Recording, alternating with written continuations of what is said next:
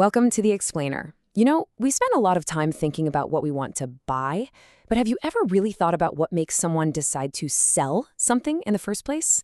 Today, we're flipping the script and diving into the other side of the market, supply. We're going to get inside the mind of the seller and figure out exactly what makes them tick. So let's meet our seller for today. He's got a cart full of amazing mangoes. The sun is up, and he has one big question on his mind. How many of these should I actually try to sell today? And that single, simple decision, well, that's the very heart of supply analysis. Okay, to answer his question, we've got to be super clear about our words. First, you've got total output. That's literally every single mango grown on his farm. Then there's stock. That's what he has on hand, ready to go. But the magic word here is supply. That's the specific amount he's willing to sell right now for today's price. It's not just about what he has, it's about what he chooses to do. So what's the golden rule here? How does our seller land on a number? Well, it all boils down to one simple but really powerful relationship.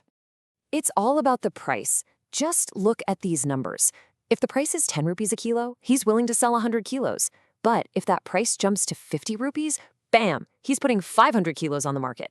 It's a straight line. The higher the price he can get, the more he's willing to sell. That's the profit motive in action, right there. And when you take that table and turn it into a picture, you get this. This is the supply curve. It's the simple upward-sloping line that basically tells the whole story at a glance. As the price goes up, the quantity he's supplying goes right up along with it. This idea is so fundamental to economics that it has a name, the law of supply. But there's a really important catch in that definition, and it's those first four words, other things being constant. See, this law really only works perfectly in a bubble. So what are these other things? Well, think of it as everything else. The cost of his fertilizer, how good his harvesting machine is, a surprise storm, a new tax from the government, the price of fuel, you name it. The law of supply assumes none of that stuff changes. But the moment one of them does, the whole game can shift. But, like any good rule, the law of supply has some really cool exceptions.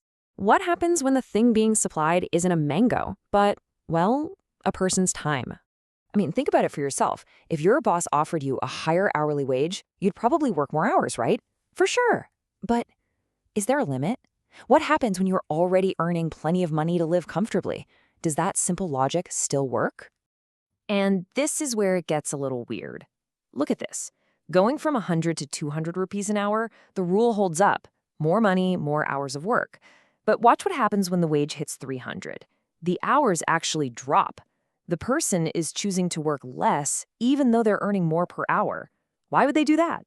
This is what economists call a backward-bending supply curve for labor. It happens because after a certain point, people might start to value their free time, time with family, hobbies, just relaxing, more than they value earning extra money. Their supply of labor actually goes down as the wage keeps going up. It's a fascinating real-world twist on the basic rule.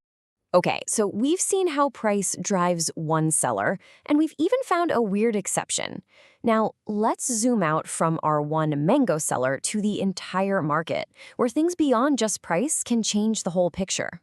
And here, we have to make a really key distinction. When it's just the price changing, we call it a variation in supply. Think of it like you're just moving along the existing supply curve.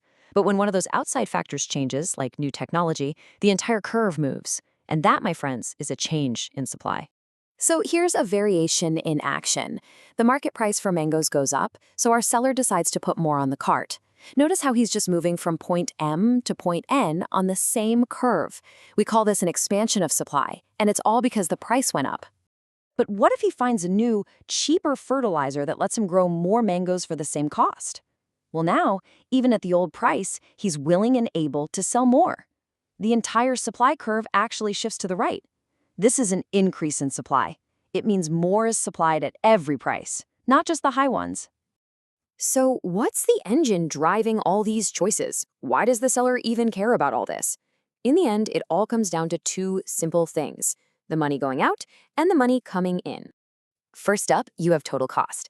This is every single penny a seller spends. It's a mix of fixed costs, things that don't change, like the rent for his market stall, and variable costs, which do change, like the cost of the mangoes themselves or what he pays his helpers.